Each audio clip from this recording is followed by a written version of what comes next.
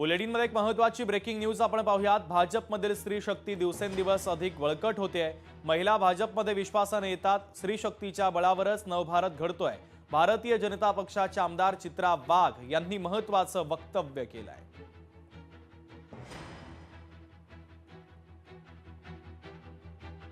भारतीय जनता पक्षातली स्त्री शक्ती अधिकाधिक मजबूत होताना दिसतेय।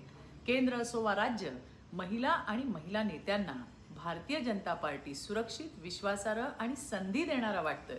आणि म्हणूनच विविध पक्षातील महिला आणि महिला नेत्या आज आत्मविश्वासाने भारतीय जनता पार्टीत प्रवेश करतायत।